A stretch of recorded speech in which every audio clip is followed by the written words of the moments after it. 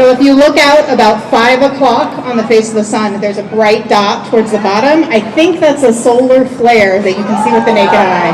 Yeah. And we have less than a minute of totality left. So get your glasses ready.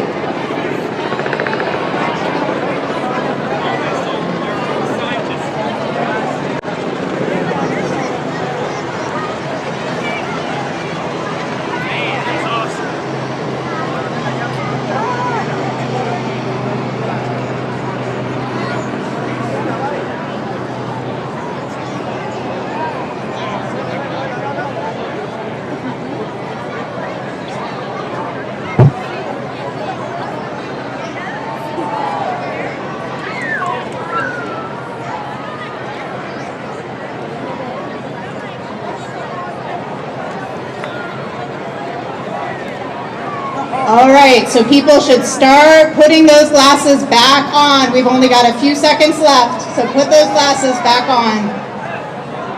And we'll see the diamond ring come out the other side. Oh my gosh. Wow. There we go.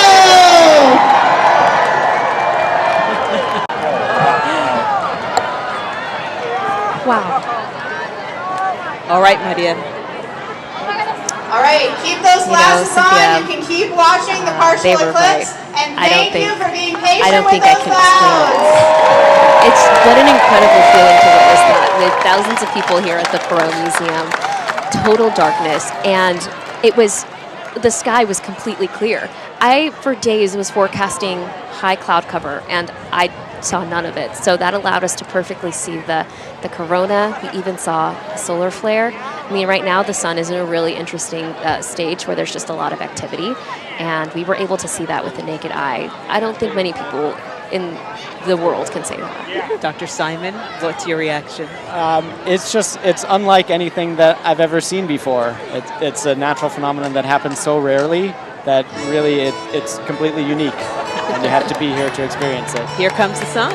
Yeah, so the band right now on the stage behind us is playing Here Comes the Sun, because the sun is returning. And surely, slowly but surely, everything will return back to normal.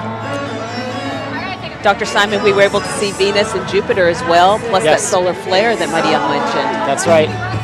We could have seen Mars and Saturn as well, but there happened to be a building in the way of getting to those.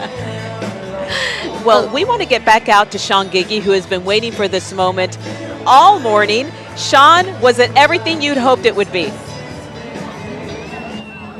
Oh my gosh. If you've been watching throughout the day, I've said a couple times that I love space. I'm more so especially rocketry, astronauts, and space exploration.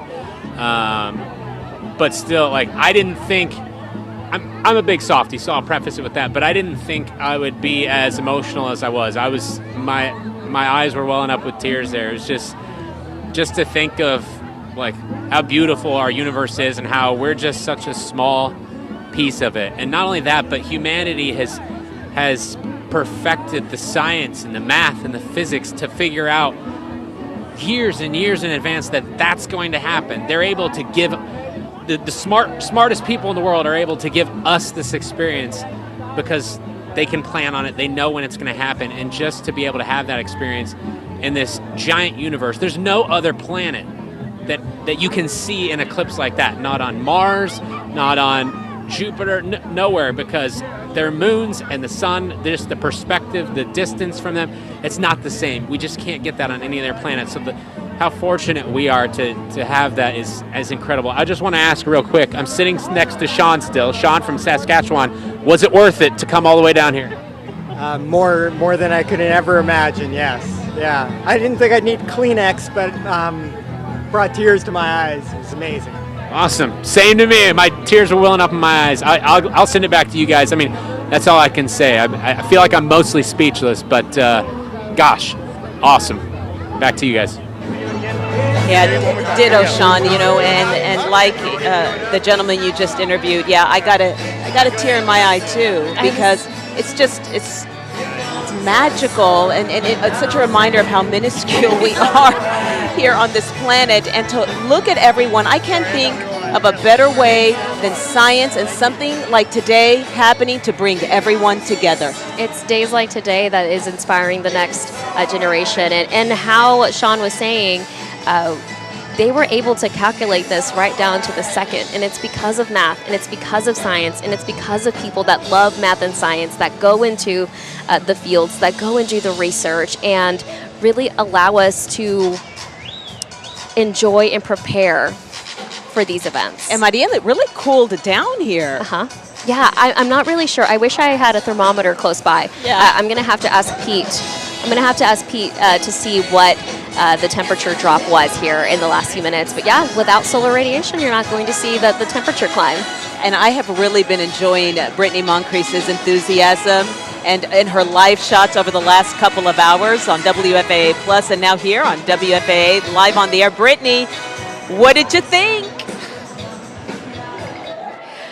Look, I am speechless. I was that little kid that wanted to be an astronaut when I got older, went to space camp and everything. So this is the closest that I get to that, and man, it was amazing. I'm glad that we kind of just were quiet and able to really take it in and sink it in, because you had to really experience it all, what you smell, what you hear, what you see, everything. And so I have some students with me here from J.L. Long Middle School.